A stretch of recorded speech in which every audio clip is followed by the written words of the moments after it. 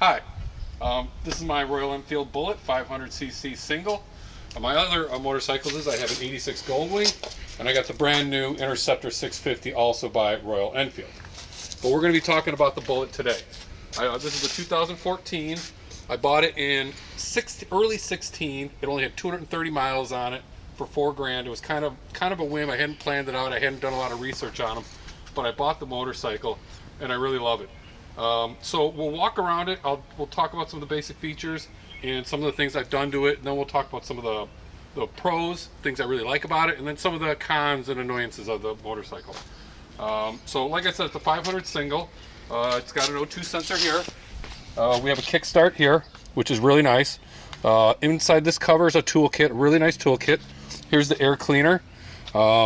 It comes stock with passenger pegs, but not a passenger seat. So I added the pillion seat. That's a factory seat. I think that was like $200. I also replaced the silencer. When I bought it, the one thing I was really hesitant is the sound was terrible on it.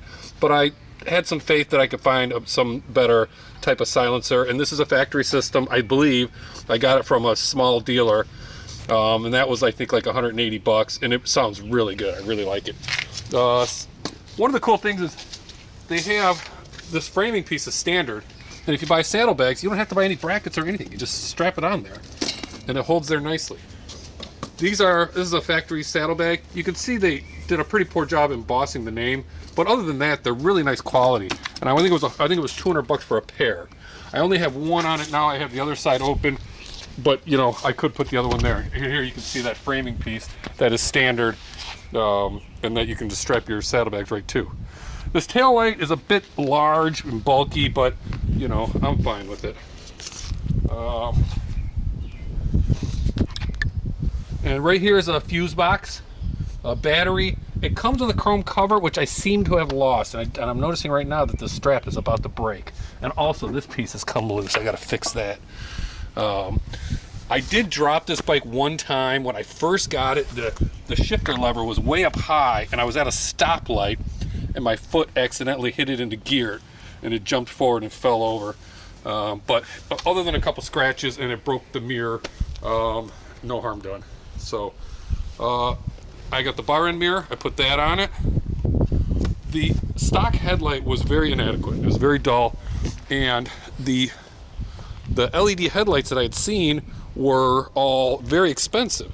And one day I was on Amazon and I just typed in Royal Enfield, and I'm paging 5-6 pages in, I see an LED headlight for like $60. So I bought it.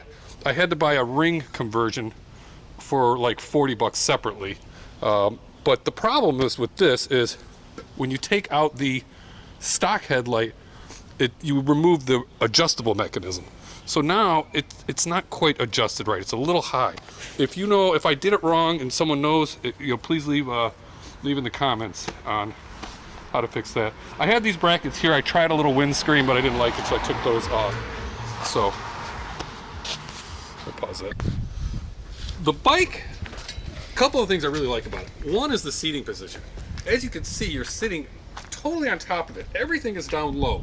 You're sitting perfectly upright with your hands gently rested down. I could ride this bike all day long. It is a very comfortable riding position. It is more than adequate with it. It's not fast, it's a single, but it's more than adequate. And one of the cool things that I never anticipated is because it's a single, you really wind out the gears every time, all the time. I get on my commute to work, I get on Route 20 here, and it's a 55-mile-an-hour zone, and from the stoplight, I literally wind it out through 5 gears until I'm doing about 60, 65, and then I let off. But there is definitely a satisfaction to just winding it out all the time, and it's pretty cool. I've had it up to at 60, 65, it cruises really nice. Over 70, it starts to vibrate. These pegs are frame mounted. They're not, they don't fold up or anything like that.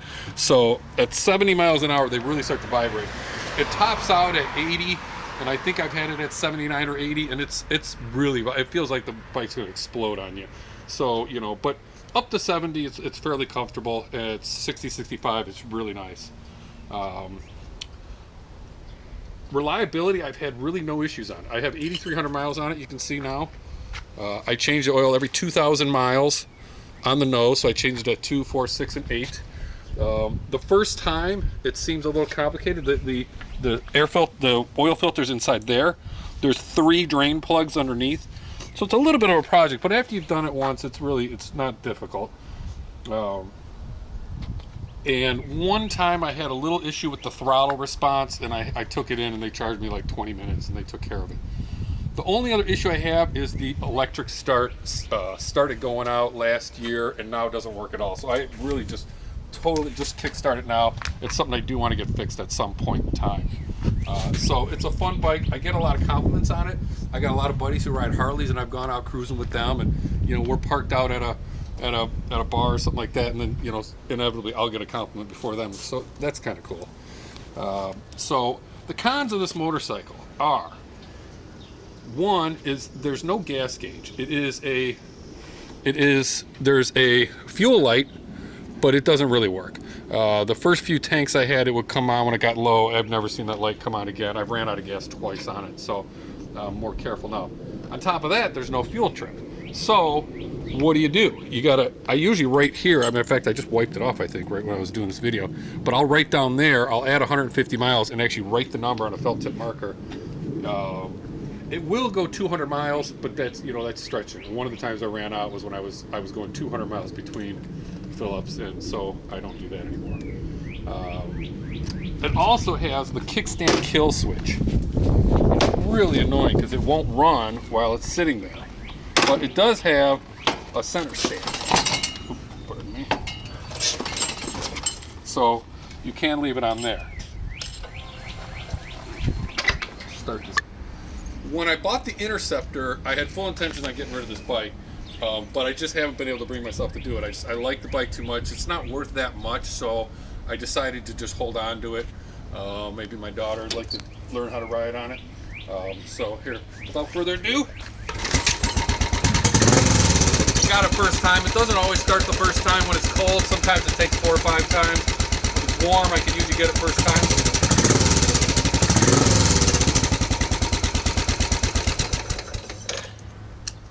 So that's it. Thank you very much.